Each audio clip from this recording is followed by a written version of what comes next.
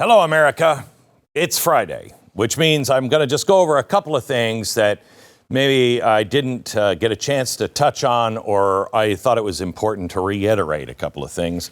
First of all, thank goodness we have somebody who has the life experience where he can relate to anyone.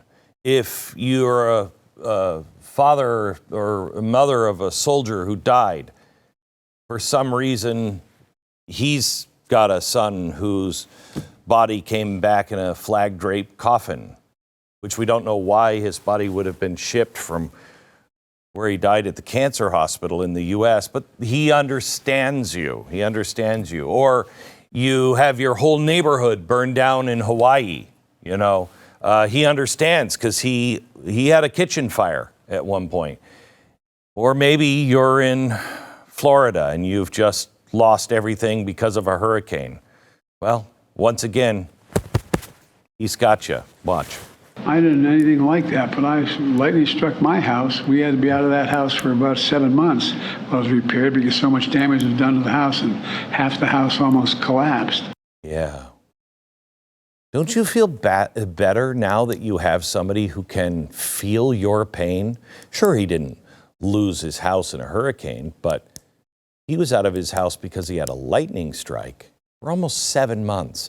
And absolutely no clue is if any of that is true. Don't know. But he can relate. Now, I want to talk to you about something I think is the most important thing that came across this week. And I'm going to get to that here in just a minute. First, let me tell you about Rough Greens. Rough Greens is a supplement that your dog can eat, and I think it has made a huge difference in my dog's life. Dr. Dennis Black came in to my office a few years ago, and he had just put this supplement together, and quite honestly, I really didn't care about this supplement. I'm not somebody who, do I look like a guy who wants a salad? If I don't want a salad, I'm not going to feed it to my German Shepherd. But he's like, Green, no, it's nutritious, you got to have it, blah, blah, blah, blah, blah. And I just said, I have a problem with Uno eating. He won't eat. Will this, can you help me eat him? Because I'm hand feeding him at times. And the vet's always screaming at me, he's got to gain weight. He just won't eat. He said, oh no, dogs will love this. So I started sprinkling it on. I mean, it could have been dog crack for all I just wanted my dog to eat. And so I mean, crack wouldn't be bad. And is that the stuff you lose your teeth on, or is that? No, that's meth. So crack probably is okay. But I started feeding him. He gained weight. He gobbles his food down. I don't have to stand there and hand feed him. And I think he's got a better life. I really, truly believe if Uno could talk and I said, what do you think? He'd just look at me and say, really? After all these years, the first thing I could do is talk, and you ask me, how do I like Rough Greens so you can sell that stuff on TV? It's shameful. You don't care. And then it would go down from there, and it would spiral out of control. And that's why dogs don't talk. Anyway, roughgreens.com/Beck. That's roughgreens.com/Beck. Okay. Everybody is talking about what is coming, and it's all about COVID. The return of COVID. Here's what President Trump said on Thursday. The left-wing lunatics are trying very hard to bring back COVID lockdowns and mandates with all of their sudden fear-mongering about the new variants that are coming. Gee whiz, you know what else is coming? An election. They want to restart the COVID hysteria so they can justify more lockdowns, more censorship, more illegal drop boxes, more mail-in ballots, and trillions of dollars in payoffs to their political allies heading into the 2024 election. Does that sound familiar? These are bad people. These are sick people we're dealing with. But to every COVID tyrant who wants to take away our freedom, hear these words: we will not comply. So don't even think about it. We will not shut down our schools. We will not accept your lockdowns. We will not abide by your mask mandates. And we will not tolerate your vaccine mandates. They rigged the 2020 election, and now they're trying to do the same thing all over again by rigging the most important election in the history of our country, the 2024 election, even if it means trying to bring back COVID. But they will fail because we will not let it happen. When I'm back in the White House, I will use every available authority to cut federal funding to any school, college, airline, or public transportation system that imposes a mask mandate or a vaccine mandate. Thank you very much. Great. A couple of things there. I mean, I think you should cut funding to all those things anyway. But so COVID coming back, because that's what they did last time. And you can make a good case for that because here's the White House. When updated COVID shots become available in mid-September, we've heard from the FDA and CDC. They announced this last week that there will be new vaccines are we in September? Next month, mid-September. We will be encouraging all Americans to get updated COVID vaccines, and also let's not forget the RSV. Let's not forget the influenza shots as well. All are very critical and important. So we'll be encouraging Americans to do that. And vaccinations, as we all know, as you've heard us say from here, against COVID-19 remains the safest protection for avoiding hospitalization, long-term health outcomes, and death. Okay. All right. So you can see that, how that could possibly play out. I'm not sure what they're going to do. I really do believe they got something up their sleeve, and it might just be cheating. I don't know what it is. But they seem to not care about the average American voter. You know, it's like, yeah, we did our best in Hawaii, and we responded as fast as we could, and we sent everybody, $700. They're not. It's like they're not even caring what you're feeling. You're focused on the wrong things. Yeah. So inflation is coming down. I don't care what happens to you at the gas pump. I don't care what happens to you in the grocery store. Look at the stock market. Nobody in their right mind is doing that. If you want to win, nobody is dismissing what people are feeling. Yet they are. So what is it that they know that we don't know? Or are they that clueless? That might be. They're that arrogant and that clueless. But Tucker Carlson had something that, a different idea. And I hope to sweet baby Jesus that he is wrong. Watch. So they can't lose. They will do anything to win. So how do they do that? They're not going to do COVID again. I know everyone on the right's afraid they're going to do COVID and mask mandate. They're not going to do that. They can't do that. If they've already been exposed, that won't work. There's going to be, what are they going to do? They're going to go to war with Russia is what they're going to do. There will be a hot war between the United States and Russia in the next year. And really? Yes, of course. They want it anyway. I don't think we'll win it, but that's a separate analysis. But I think it's a political matter. They need to declare war footing in order to assume war powers in order to win. I believe that. And I think the evidence suggests that's true. So if you're worried about our politics getting even more vicious than it already is, and people being hurt in our politics, which is entirely possible, you should be worried about the prospect of an open war. We're already at war with Russia, of course. We're funding their enemies. So we're fighting Russia. But I mean, an open battle with Russia where we say we're at war with Russia.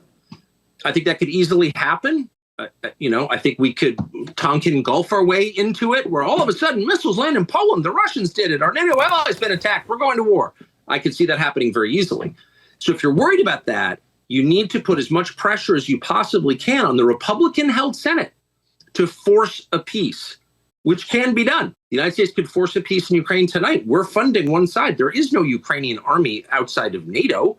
If NATO withdrew its support for Ukraine, Ukraine would crumble in a day. So we are the only power in the world that can bring both sides to the table to force a peace, which will be unsatisfactory as all forced peaces are. Like each side will give more than it wants, but that's the only option. Otherwise, I would bet my house on it.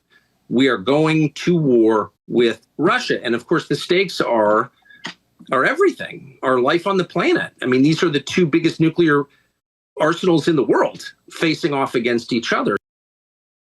That is quite a statement. That is quite a statement. Now, this goes back to something I told you before Ukraine was invaded by Russia, and while Donald Trump was still in office, I think I said this in 2018 maybe, I laid out a list of all of the things that have to happen, trust implosion, all of the riots in the streets, all of these things that were going on. I said the last thing that will happen is war.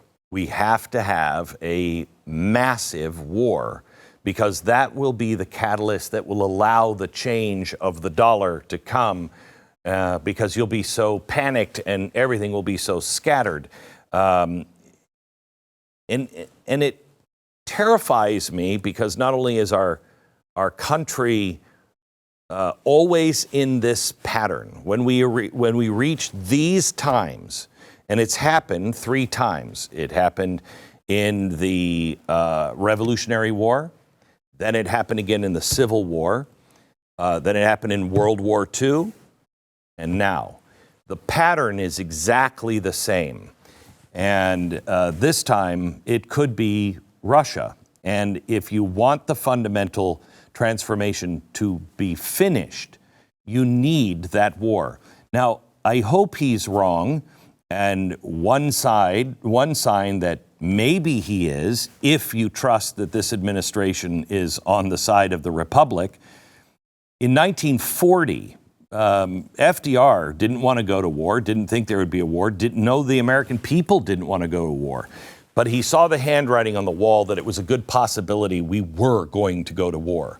So in 1940 or 1939, he calls up all of the big corporations and said, hey, we need to re-gear and rethink some things.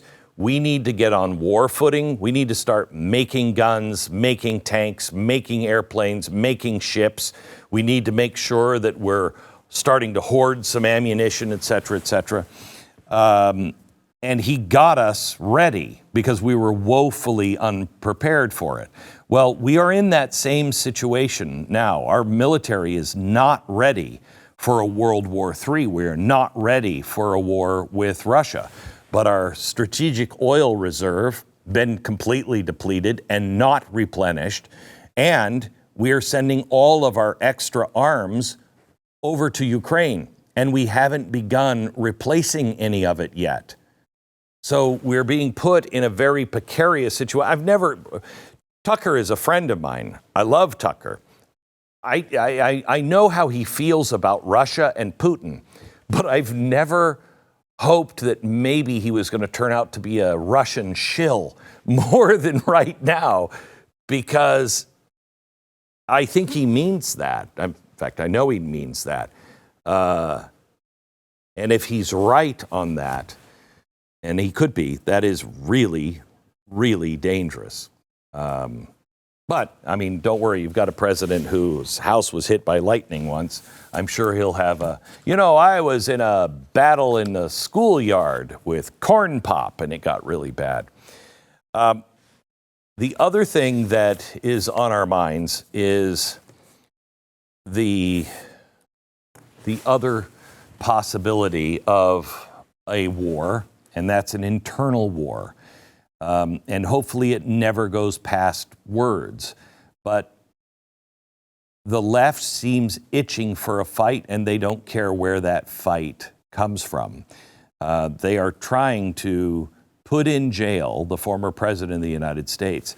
I have a podcast that is out today for Blaze, and on Saturday will come out wherever you get your podcasts. It's with Alan Dershowitz.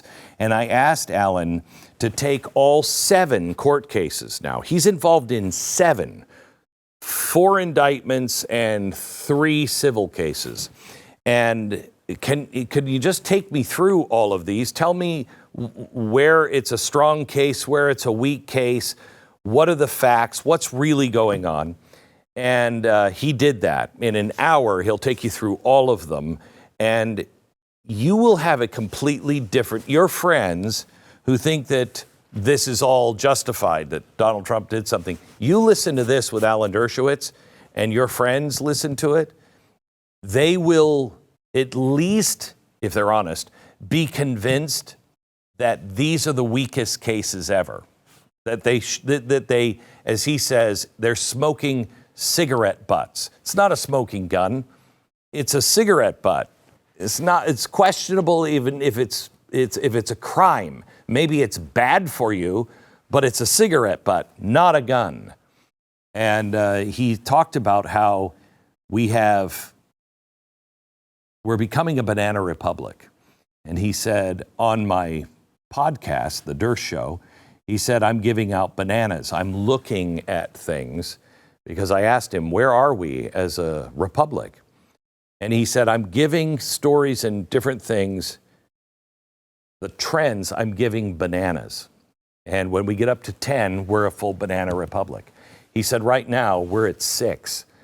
If they don't move the date and they expect Donald Trump's team to defend with 12.5 million pages of documents in one case alone, and they expect him to do that by March, that's another banana. And he said, we could quickly go to 10. He said, we're very close to losing the republic. And you know that, I know that. I think everybody feels that one way or another. But what's happening with Donald Trump is they are now saying it's illegal to even question or believe that you won an election. The only way that you can do that and do it legally is if you're not actually calling for a recount. You're not doing the things that Bush v. Gore did. You know, the Gore, Dershowitz was on the Gore legal team for the 2000 election. He said the things that we filed are the same things that Donald Trump filed. Suddenly now they're illegal, but they're saying it's only because Donald Trump didn't actually believe that he had lost or that he had won the election. He was only saying that. There's no way to prove that in the first place, and I know the president, there's no way he doesn't believe he didn't win. But that calls into question again, if that's our standard, what about all these people?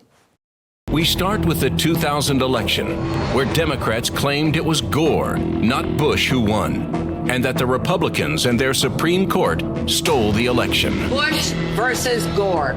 A court took away a presidency. If Al Gore won that election, I think he won it anyway. No doubt in my mind that Al Gore was elected president. Speaking to a Democratic group in Chicago Tuesday, he made it clear he thinks Al Gore was the winner. By the time it was over, our candidate had won the popular vote, and the only way they could win the election was to stop the voting in Florida. Democrat members of Congress also refused to participate in the official certification of the election. I rise to object to the fraudulent 25 Florida electoral votes. I must object because of the overwhelming evidence of official misconduct, deliberate fraud. It is signed by myself on behalf of my diverse constituents and the millions of Americans who have been disenfranchised by Florida's inaccurate vote count. In 2004, the Republicans won again. And once again, the Democrats claimed the election was stolen. We could not declare that the election of November 2nd, 2004 was free and clear and transparent and real. There must be independent testing of the voting machines used in Ohio. There were numerous irregularities in Ohio, including large percentages of rejections of provisional balloting, problems with voting machines. I'm not confident that the election in Ohio was fairly decided. We know that there was substantial voter suppression, and the machines were not reliable. Among the Democrats who claimed the 2004 election was stolen was Democrat nominee John Kerry and his wife, Teresa Hines. I arranged to meet Senator Kerry at a fundraiser to give him a copy of my book. He told me he now thinks the election was stolen. The wife of John Kerry said she has lingering doubts about the legitimacy of the election. Her theory goes like this. Two brothers, she calls hard right Republicans, own 80% of the voting machines in the U.S. Therefore, it would be easy to hack into the mother machines that control the electronic voting. In 2016, when President Trump was declared the winner on election night, the Democrats moved quickly to call the election stolen and illegitimate, including President Trump's opponent, Hillary Clinton. Hillary Clinton apparently still not over her 2016 defeat to President Trump. She's now claiming the election was stolen from her. You can run the best campaign. You can even become the nominee. And you can have the election stolen from you. Trump knows he's an illegitimate president. But there absolutely is a cloud of illegitimacy. I don't see this president-elect as a legitimate president.